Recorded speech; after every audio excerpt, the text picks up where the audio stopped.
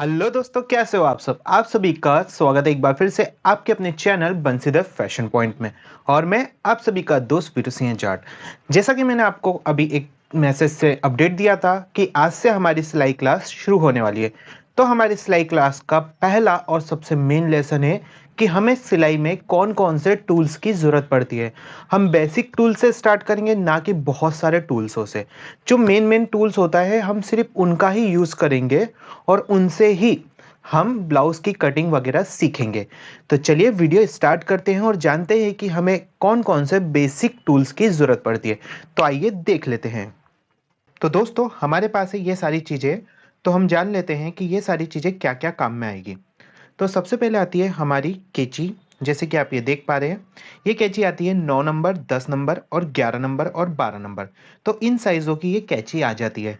आपको अपने हाथ के हिसाब से कैंची लेनी है, ना कि नंबर के हिसाब से। अगर आपका हाथ छोटा है तो आपको 9 नंबर लेनी है, अगर आप उससे थोड़ा बड़ा है आपका हाथ तो आप 10 नंबर ले सकते हैं। वैसे ही आपको जिसमें सहूलियत लगे आप वो नंबर की कैंची ले सकते हैं। मुझे 12 नंबर की कैंची सबसे सही लगती है, तो मैं 12 नंबर की कैंची यूज़ करता हूँ।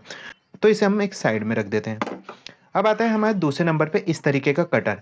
ये छोटे मोटे धागे काटने के हमारे काम में आता है, और भी बहुत सारे ये कांच वगैरह काटने के काम में आ जाता है। तो इसे भी हम साइड में रखते हैं। इसे बोलते हैं ओपनर। ये अगर हमने गलत सिलाई लगा दी तो ये उसे खोलने के काम में आता है, और भी ये तीन चार चीज़ों के काम में आ जाता है। छोटे छोटे कपड़े कट करने के काम में आ जाता है, और कांच काटने के काम में आ जाता है। ऐसे इसके बहुत सारे मल्टीपल यूज़ है। तो इसे भी हम एक साइड में रख लेते हैं। अब आ जाता है हमारा इस तरीके का सूआ। तो ये सूआ हमारे काम में आता है जब हम कटोरी वगैरह बनाते हैं, तो हमें दोनों साइड को एक नाप में आना चाहिए। तो हम इससे छेद करके उसे परफेक्ट निशान पर सिलाई लगा सकते हैं। तो ये सूआ भी हमारे लिए काफ़ी ज़रूरी होता है। अब आ जाता है हमारा इंची टेप, जिसका सबसे बड़ा रोल होता है टेलरिंग काम में। तो देखिए, ये कुछ इस तरीके से होता है। इसमें ये जो हिस्सा है ये इंच है, और इसके पीछे जो वाला जो हिस्सा आता है वो सेंटीमीटर का होता है। तो हमें अधिकतम ज़रूरत पड़ती है इंच की। हम पूरा मेजरमेंट इंच से करते हैं, ना कि सेंटीमीटर से। तो ये जो नीचे वाला हिस्सा है ये है सेंटीमीटर का, और ऊपर वाला हिस्सा होता है इंच का। तो हम सारा मेजरमेंट इंच से करते हैं। तो हमने टेप के बारे में कुछ छोटी सी बेसिक जानकारी भी ले ली। अब हमको ज़रूरत पड़ती है मार्कर की। अगर हम कागज़ पे निशान लगाएंगे तो हमें मार्कर की ज़रूरत पड़ेगी, और ये मार्कर हमारे टेलरिंग काम में होना काफ़ी आवश्यक होता है। अब हमारी बारी आ जाती है चौक की। चौक का भी काफ़ी अच्छा रोल होता है हमारे टेलर काम में, क्योंकि हमें हर जगह पर निशान लगाना पड़ते हैं। तो चौक हमारे लिए आईएमपी है। तो ये सारी चीज़ें अभी तक की हो गई। अब ये होता है उंगलिस्तान। इसे इस तरीके से उंगली पे लगाया जाएगा, और हमारे को सुई भी इस तरीके से लेना है। ये 1 नंबर और 0 नंबर की सुई आती है, आपके हिसाब से आप सुई ले सकते हैं। और हमें धागे की ज़रूरत पड़ती है।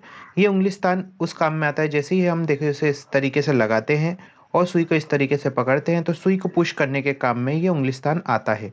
तो ये सारी चीज़ों की हमें ज़रूरत पड़ती है टेलरिंग काम के स्टार्ट में। बहुत सारी चीज़ें नहीं लीजिएगा, ये नॉर्मल चीज़ों से भी हम टेलर काम स्टार्ट कर सकते हैं। और हमारी स्केल, स्केल की भी हमें काफ़ी ज़्यादा ज़रूरत पड़ती है। तो स्केल भी हमें ले लेना है। तो ये सारी चीज़ें आपको ले लेना है। टेलर काम शुरू अगर आप करते हैं तो आपके पास ये सारी चीज़ें होना चाहिए। और अब मेन बात आ जाती है हमारी मशीन की।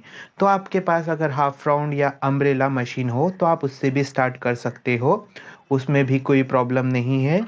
तो आपको टेलर काम में बेसिक ये सारी चीज़ें ही लगेगी, और कुछ नहीं लगेगा।